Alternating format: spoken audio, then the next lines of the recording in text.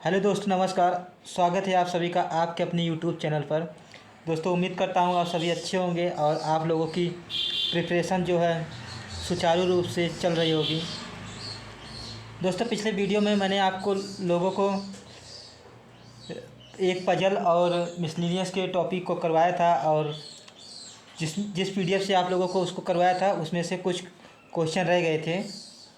तो चलिए दोस्तों, आज उसी क्वेश्चन को आगे करवाएंगे और मैंने होमवर्क जो क्वेश्चन दिया था पहले वहीं से शुरू करेंगे। तो दोस्तों, आप लोगों से एक मेरी शिकायत है, आप लोग वीडियो को पूरा देखते नहीं हैं। दोस्तों, आप लोग वीडियो को शुरू से लेकर अंत तक देखा करिए ताकि जो मैं बताऊं वो कम से कम आपको समझ में आएगा। जब आप वीडियो को पूरा नहीं देखेंगे तो आपको क्या ही समझ में आ जाएगा, उसमें क्या बताया है मैंने, क्या समझाया, क्या ही समझ पाएंगे आप। तो दोस्तों, इसलिए निवेदन है आपसे कि वीडियो को पूरा देखा करिए, या तो ना देखा करिए, या तो देखा करिए तो पूरा देखा करिए। तो दोस्तों, चलिए चलिए बिना किसी देरी के शुरुआत करते हैं। और वीडियो को शुरू करने से पहले आप एक बार पॉज करके इसको बनाने की कोशिश करिए हमेशा की तरह।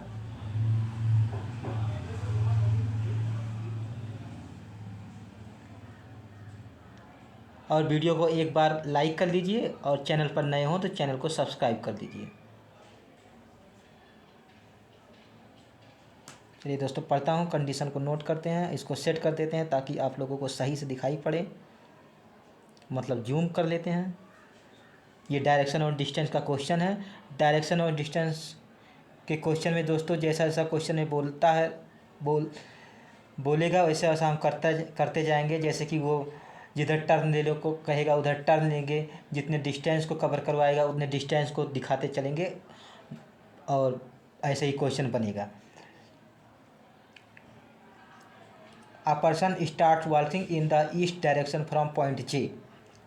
इसके कहने का मतलब है एक पॉइंट है जो जे है और जे से ईस्ट डायरेक्शन पे चलना स्टार्ट करता है। After walking 3 metre he turn right from point के। मतलब यहाँ से 3 मीटर ये चलेगा, ये जैसे कहेगा वैसे बताते जाएंगे और जो ही डिस्टेंस रहेगा उसको ऐसे लिखते जाएंगे।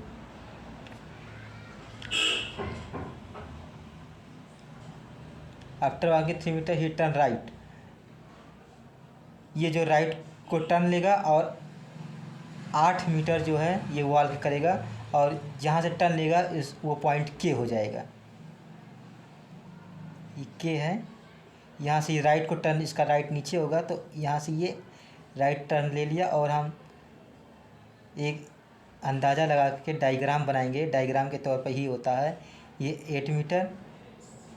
ही then turn right from point I, ये जहाँ पे पहुँचा है ये पॉइंट आई हो गया और यहाँ से फिर ये राइट टर्न ले रहा है तो ये नीचे देख रहा है तो इसका राइट इस तरफ को होगा और यहाँ से ये 3 मीटर चलता है। जो 3 मीटर ये बता रहा है तो 3 मीटर ऐसे यहाँ से ये चला देंगे और ये 3 मीटर कहेगा तो ऊपर वाला भी 3 मीटर था, ये भी 3 मीटर था तो ये पैरेलल में आ जाएगा। तो यहाँ से ये 3 meter and reaches point H, और ये जो पॉइंट है ये एच है। He then turn left from point H, H से ये लेफ़्ट को टर्न ले रहा है तो इसका जो लेफ़्ट होगा वो नीचे की साइड में होगा। दोस्तों, इसको थोड़ा ऊपर करते हैं ताकि दिक्कत ना हो। Left from H and walk for 3 metre, ये लेफ़्ट को टर्न लेकर के 3 मीटर चलेगा and then turn left from point F, ये पॉइंट एफ हो जाएगा और यहाँ से फिर ये लेफ्ट टर्न ले रहा है, इसका लेफ्ट ये हो जाएगा। ही देन वॉक 9 मीटर और यहाँ से ये 9 मीटर चलेगा। दोस्तों, 3 ये हो गया और अंदाजे से ये इसको डबल करके 6 मीटर लमसम दिखा देंगे डायग्राम ऐसे बना करके। 9 meter and then turn left from point G and walk 8 meter. Left point ही, ये पॉइंट एफ था, एफ से he then walk 9 meter and then turn left point G, ये पॉइंट जी हो गया हमारा। यहाँ से ये लेफ़्ट को टर्न ले रहा है तो इसका लेफ़्ट ऊपर हो जाएगा एंड वॉक 8 मीटर और यहाँ से ये 8 मीटर को चलेगा। तो दोस्तों 3 मीटर ये था और 3 से 5 मीटर ये दिखाएंगे, तो इसके बीच में कहीं पे आएगा। तो अंदाज जो बता रहा है उस हिसाब से ये 3 मीटर, यहाँ 2 मीटर ये मान लेते हैं।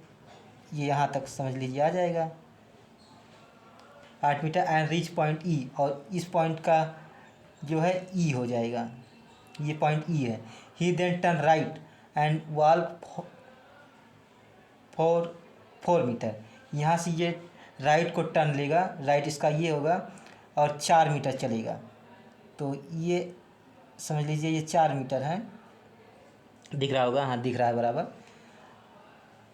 एंड देन टर्न लेफ्ट, और ये 4 मीटर चलने के बाद यहाँ से लेफ़्ट को टर्न लेगा, इसका लेफ़्ट ऊपर हो जाएगा।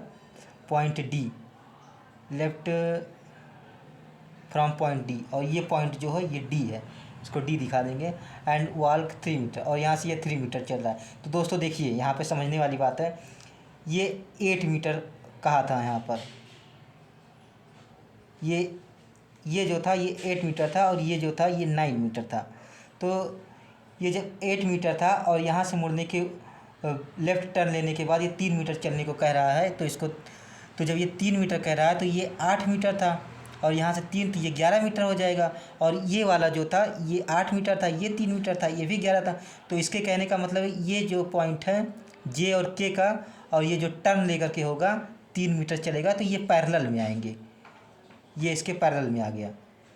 Then left from point C, और ये पॉइंट जो है ये पॉइंट सी है, यहाँ से फिर टर्न ले रहा है, ये लेफ़्ट को टर्न ले रहा है। एंड वॉक 4 मीटर, और ये 4 मीटर चलेगा यहाँ से। एंड रीच पॉइंट बी, और ये पॉइंट बी को पहुँच जाएगा। जब ये 4 मीटर कह रहा है तो नीचे का भी 4 था, यहाँ का भी 4 मीटर था, तो ये इसके पैरेलल में आ जाएगा। तो दोस्तों इस तरह से हमारा ये क्वेश्चन डायरेक्शन डिस्टेंस का इस डायग्राम के आधार पर ये बन गया है। अब इसके क्वेश्चन को देख लेते हैं। जैसा इसके आधार पे क्वेश्चन पूछेगा, जैसा क्वेश्चन में कहेगा उसी आधार पे हम जवाब देंगे।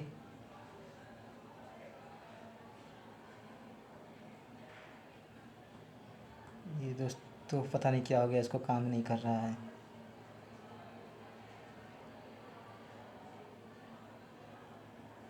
ये देखिए दोस्तों, इसका ये डायग्राम आप लोग समझ ही गए होंगे। अब देखिए इसके क्वेश्चन देख लीजिए। क्वेश्चन ये है, what is the shortest distance between point E and point C. इसके कहने का मतलब है पॉइंट और ई और सी के बीच की जो न्यूनतम दूरी है वो कितनी है। तो देखिए यहाँ पर ये पॉइंट ई है, ये पॉइंट सी, इसके बीच का न्यूनतम दूरी पूछ रहा है। तो ये पूछ रहा है दोस्तों, इस जो है ये पूछ रहा है। यहाँ पर देखिए इसका न्यूनतम दूरी है, ये 3 मीटर था, ये 4 मीटर था। ये यहाँ पर देखिए न्यूनतम दूरी निकालने के लिए हम जो पाइथागोरस थ्योरम होता है, जो 10th क्लास में पढ़ते हैं, 8 और 10th क्लास में पढ़ाया जाता है, उसी के आधार पे ये निकाला जाता है। पर यहाँ पर देखिए ये ट्रिपलेट ही बन रहा है। जैसे ये 3 है, ये 4 है, तो 3 और 4, और यहाँ पर ये ट्रिपलेट जब इसका बनेगा लंब वाले का, तो ये 5 हो जाएगा। तो इसका मतलब ये 5 मीटर होगा। पर जैसा अगर नहीं होता है तो आप लोगों को पता होगा, या मैं बता दे रहा हूँ कि आधार और जो लंब होता है उसका स्क्वायर करके रूट कर देते हैं। तो जैसे 4 का स्क्वायर करेंगे 16 हो जाएगा, और प्लस 3 का स्क्वायर करेंगे 9 हो जाएगा, और ये 25 हो जाएगा, इसका रूट कर देंगे। तो जब रूट करेंगे तो ये 5 आएगा, 5 मीटर। तो जो ये 5 मीटर आएगा वही इसका आंसर होगा। ऐसे ही ये निकाला जाता है। दूसरा क्वेश्चन देखते हैं, what is the direction of point J with respect to point B. तो दोस्तों जे जो है वो बी के रिस्पेक्ट में कौन से डायरेक्शन में है, यही पूछ रहा है। तो देखिए बी के रिस्पेक्ट में जे जो है ये वेस्ट में पड़ रहा है, तो इसका आंसर वेस्ट हो जाएगा। ये बी ऑप्शन है, बी ऑप्शन ये वेस्ट हो जाएगा। और यहाँ पे 5 मीटर था, तो इसका डी ऑप्शन था, और इसका बी ऑप्शन है। दोस्तों अब इसके आंसर चेक कर लेते हैं। देखिए डी और बी हमारा बिल्कुल आंसर सही आया है, इसका मतलब हमने सही बनाया था। चलिए दोस्तों एक क्वेश्चन और करेंगे, सेट करता हूँ ताकि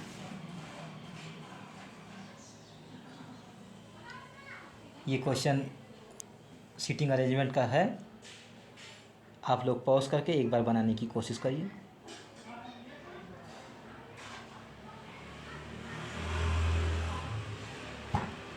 बना लिया होगा आप लोगों ने। इसको सेट करता हूँ ताकि जूम आउट करता हूँ।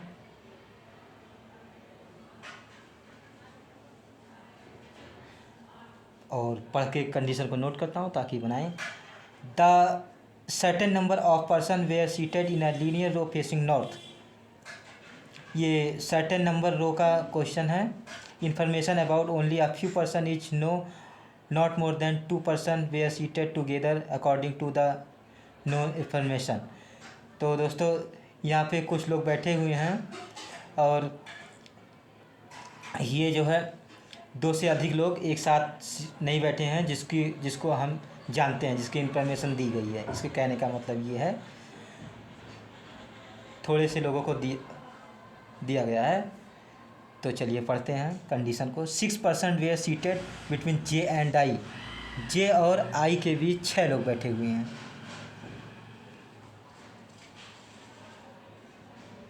जे was seated at the end. J जो है एंड पर बैठा है। 4 person were seated between I और एम। आई और एम के बीच 4 लोग बैठे हैं।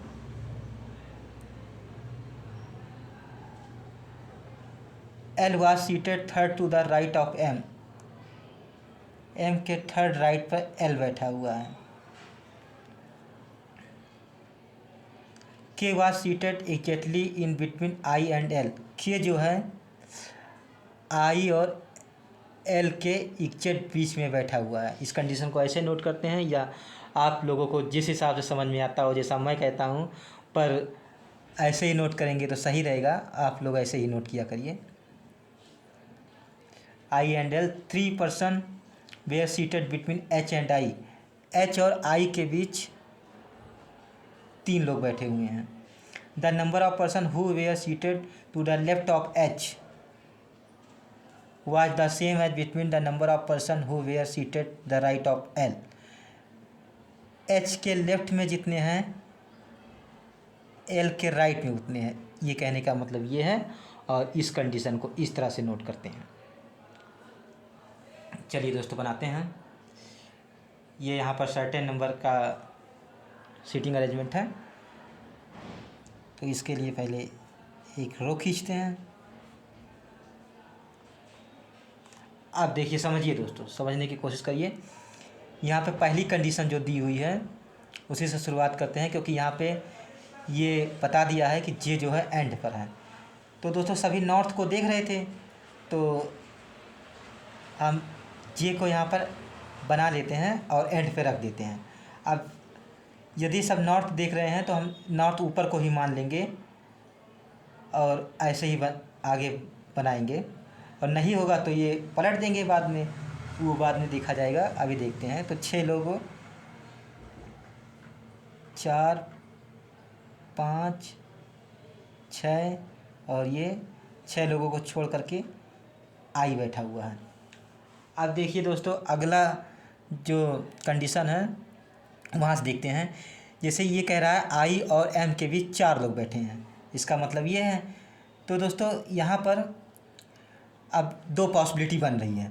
एक, या तो आई के इस तरफ को हम एम दिखाते हैं, या तो आई के इस तरफ को एम दिखाते हैं। जब दोस्तों ऐसी कंडीशन बने तो आप लोगों को क्या करना है, आप लोग जो मैक्सिमम प्लेसेस फिल करने वाला मेथड है वो लगाइए। यहाँ पे हमें मैक्सिमम प्लेसेस को फिल करेंगे। तो मैक्सिमम प्लेस कब फिल होंगे, जब हम आई के इस साइड पे ले जाएंगे एम को, तो एम को इस साइड पे ले जाएंगे। अगर ये वाली पॉसिबिलिटी कि मैक्सिमम प्लेसेस फिल करने वाली अगर इसको बनाते हैं नहीं बनता है, गलत हो जाता है, तब हम बाद में इसको ऐसे चेक करेंगे। अन्यथा अगर 2 एक साथ लेके चलेंगे तो समय ज़्यादा लगेगा। हो सकता है कि इसी में बन जाए, हो सकता है कि ना बने। ज़्यादातर चांसेस होता है कि पहले वाला जो रहता है उसी में बन जाता है। तो चलिए दोस्तों, मैक्सिमम प्लेसेस को फिल करते हुए इसी तरह से मेथड से आगे बढ़ते हैं। तो देखिए क्या कह रहा है, आई से 4 छोड़कर एम, 1 2 3 4 और ये एम। अब एम हम सबको ऊपर दिखाए थे, नॉर्थ ऊपर मान लिए थे। एम के राइट में एल है 2 छोड़कर, तो एम से 1 2 छोड़कर एल, ये हो गया हमारा। तो दोस्तों ये कंडीशन हो गई, ये कंडीशन हो गई और ये कंडीशन हो गई।